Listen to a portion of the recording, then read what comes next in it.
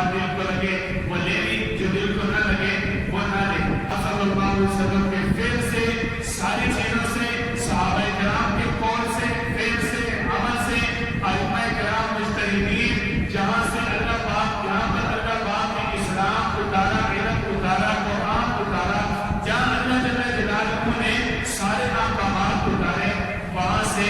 سب سے ہمیں یہ پیغام ملتا ہے کہ سنت کے مطابق 20 رکعت تراویح پورا مہینہ واجبات پڑھنا یہ ثواب کا کام ہے۔ آپ صلی اللہ علیہ وسلم نے فرمایا یقیناً اللہ جل جلالہ نے میری امت پر رمضان کے روزے فرض کر دیے اور میں نے اپنے امت کے لیے نماز تراویح کو سنت قرار دیا ہے۔ آپ کا مسلک حق ہے، سچ ہے، معتدل ہے، اس کے اندر کسی قسم کا کوئی نہ زیادتی ہے، نہ ظلم ہے اور نہ کمی کوتاہی ہے۔ جب کوئی دو چار کتابیں پڑھ کے آ جاتا ہے ہم پریشان ہو جاتے ہیں کہ یار ہمیں تو مولوی صاحب نے مجلس سے کہ دین کے رشتے کا بڑا مسئلہ نہیں ہے، ایسے سوال ہوتے ہیں نا۔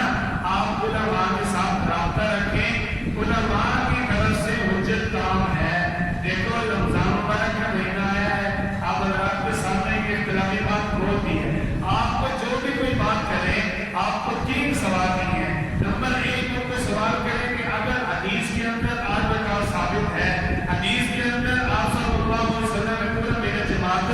نہیں کروائی، آپ پورا مہینہ جماعت کو کرواتے ہو۔ نمبر 2 سوال آپ ان سے یہ کریں کہ آپ صلی اللہ علیہ وسلم کی جو حضرت عرش عبادت بتا رہی ہیں وہ تو گھر کی بتا رہی ہیں، مسجد میں کیوں پڑھتے ہو؟